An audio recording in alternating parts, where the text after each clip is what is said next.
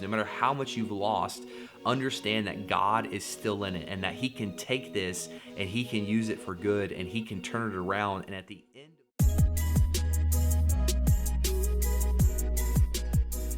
what's up, guys? Welcome to day 13 of the 30-day shred. We're reading through the entire Bible in 30 days, and we're almost halfway there. We are flying through it.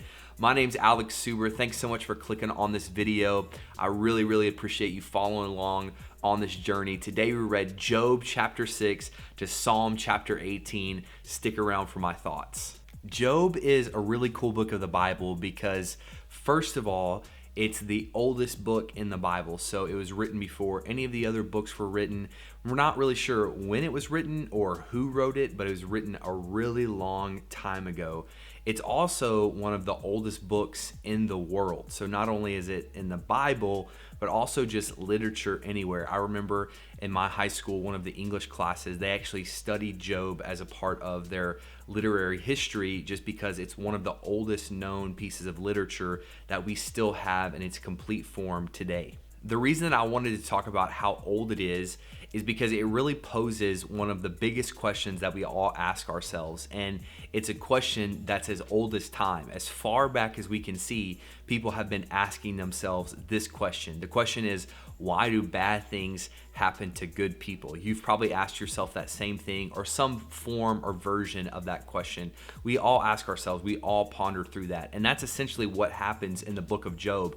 As far as we can tell, Job is a good man. He's a good father. He's a good husband. He does good things. He's an upright person in his community.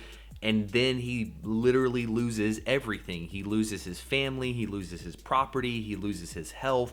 Everything that you can lose without literally dying, Job loses it all. So why do bad things happen to good people?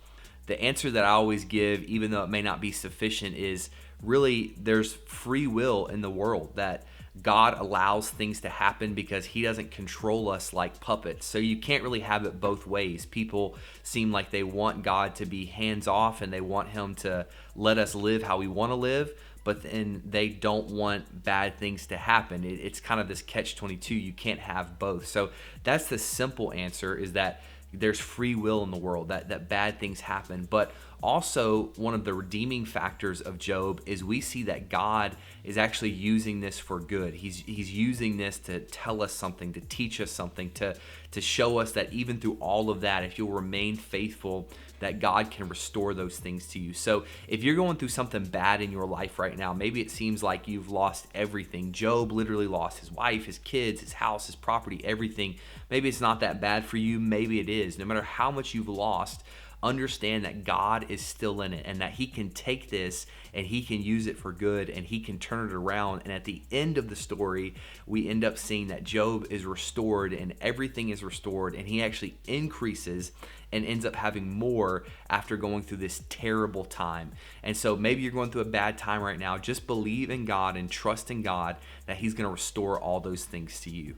Hey guys, thanks again for clicking on this video. I really appreciate you watching it. If you wouldn't mind liking the video, hitting the subscribe button, and hitting the bell notification, it would really mean a lot to me. It would encourage me. Again, hope you're enjoying it. I'll see you tomorrow.